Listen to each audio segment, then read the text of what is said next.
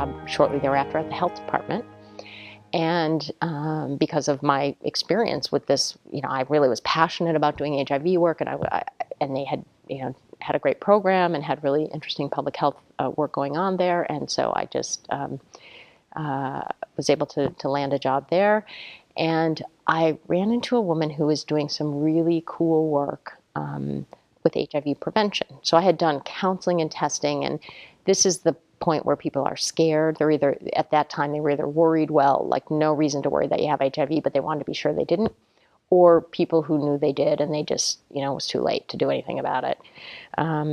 And what I was hoping for was something in that area that, maybe people who are afraid, they might be at risk, and maybe we could teach them how to do something different. So I was really interested in HIV prevention. It was an intervention study where we would actually do counseling sessions with people who were at a place where they had been in a risk situation. So they were diagnosed with an STD, for example, sexually transmitted disease that wasn't HIV, but it was clear that if their partner had HIV, this could have been their STD, not gonorrhea, say, or chlamydia. Not one that was curable, but instead HIV. So catching people while they were at a vulnerable spot, and then educating them about how important it is. This could have been your risk, but it wasn't, thank goodness, and moving them forward. So we started this research study really at the very start, protocol writing. We designed the intervention, and we recruited subjects. We just did the thing from the beginning, and it was so much fun.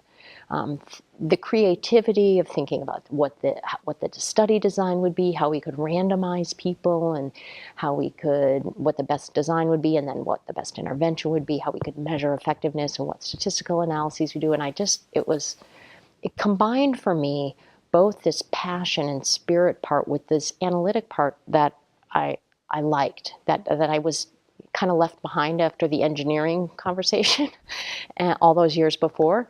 And I thought, wow, this could be the perfect way to put together my creative skills and interests and my analytic skills. And so I hung out doing that for a couple of years. And it was pretty clear that if I didn't get an advanced degree, I would be doing other people's work my whole life. And that would be fine, except, I always have this thing about, I probably could think about a better way to do it.